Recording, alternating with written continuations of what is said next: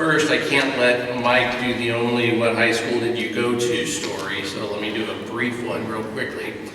In April 2001, I took my journalism students to a journalism conference in San Francisco, and we were staying at the Hyatt Regency for the NSPA conference, and there were about 3,000 other high school students there.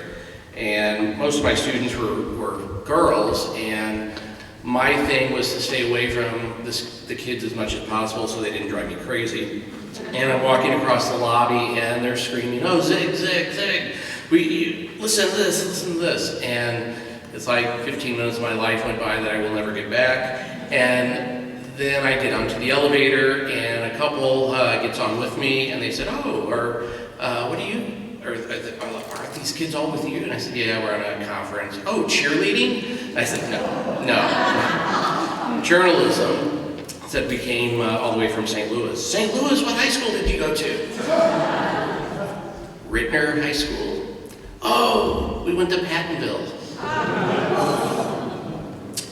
"Okay. This is my floor, I'm getting off now." Okay, so I have a few words I want to say about my brother. Typed it up. It looks longer, it's really not. It's just I'm using a larger font. I don't know why, but I'm just doing that. It makes it a little bit easier to read. First, I'd like to thank the Alumni Association for hosting this wonderful event. I'd like to thank the Ritenour Board of Education, administrators, faculty, and the students that are here tonight, and friends and family. This is for my big brother, Larry Zigler, who graduated in 1968. I truly wish he could have been here tonight to accept this award for himself. I know he would have been very humbled to receive it. Unfortunately, he passed away almost 2 years ago. My brother always looked out for me in many different ways, despite him being almost 10 years older. When I was younger, he would ride me on his bike or carry me up on his shoulders, things big brothers do. I would remember how he and my other brother, Terry, would play baseball, and I would hear the sound of the cleats against the pavement, and I knew I wanted to be just like them. My big brother was very popular here at Ritenour. According to my sisters, he had a different girlfriend each week.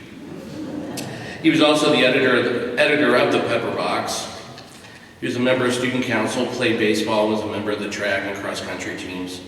From what I remember, because I was only about 7 years old, he was offered a scholarship for track for Southeast Missouri State University, but he passed that up to join the United States Marines. He did this soon after graduation from high school, and my family could not really understand why. He went through basic training at Camp Pendleton in San Diego. We were a middle-class working family. We could not travel to visit him, so letters were really the only way we had to communicate. In fact, I have one of those letters with me tonight. It says, "Dear Clay," this is dated December 12, 1968. "Dear Clay, how are you? Are you having fun? I want to wish you a very Merry Christmas and a Happy New Year. I want you to study really hard at school and make good grades, and I'll be home next Christmas. Good night, twin brother of mine." It was funny that we would call each other twin brothers despite being 10 years apart. I guess my mom will have to explain that one. That letter was written shortly after my 8th birthday. It was just a few short weeks after that he shipped out to Vietnam in his first tour of duty. He served two tours of duty overall and was wounded in both, earning 2 Purple Hearts as well as many commendation medals.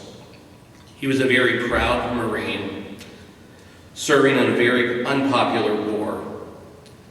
I remember taking a long drive to Memphis with my family to visit my brother at the Veterans Memorial Hospital. I remember seeing a lot of bandages on him, but I was only 8 years old. I don't really know the issues of what war could do, including tearing a family apart. Once he recovered, he was sent right back into action. He wasn't there for very long before he was wounded a second time, being hit with shrapnel from a grenade, something that he carried with him for the rest of his life. Upon recovery, he was finally discharged, and was able to come home for good. It was a time for him to start his life over. In my eyes, he was my hero, always having something funny to say or trying to race to see which of us could eat the most hard-boiled or deviled eggs at Christmas. The thing, however, he was facing many demons from the war. He suffered from PTSD and was exposed to Agent Orange. I didn't know this about him until much later in life. It was a battle he fought every day after coming home.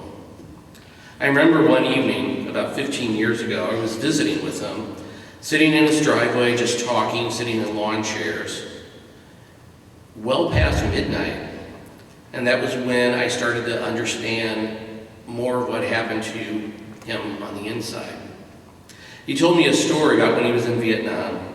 I didn't really know what his job really was, because I was only 8 at the time. I thought, just a soldier. But he really got down to it and told me in detail what some of the things he had to do. He said he was a sharpshooter, or more specifically, a sniper. He was 20 years old. His job was to take out the enemy from hundreds of yards away, which at that time I had no idea. He told me one night how his platoon was approaching a small village the Viet Cong had already invaded and was almost deserted except for a few handful of soldiers checking the village. He saw that there were 2 soldiers pulling a woman from a small house as one pointed a gun to her head. I asked him what happened.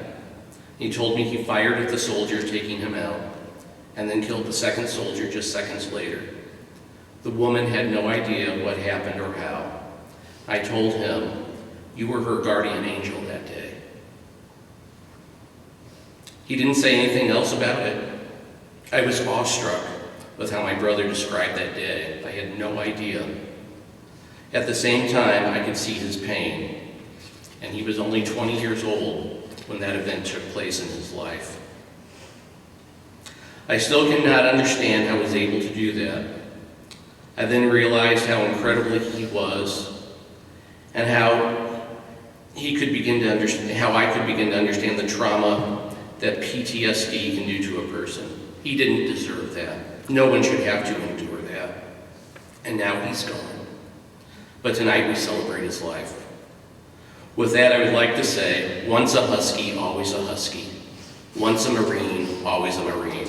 My brother from the class of 1968, Ritenour Alumni Hall of Fame, Larry Zigler. Thank you.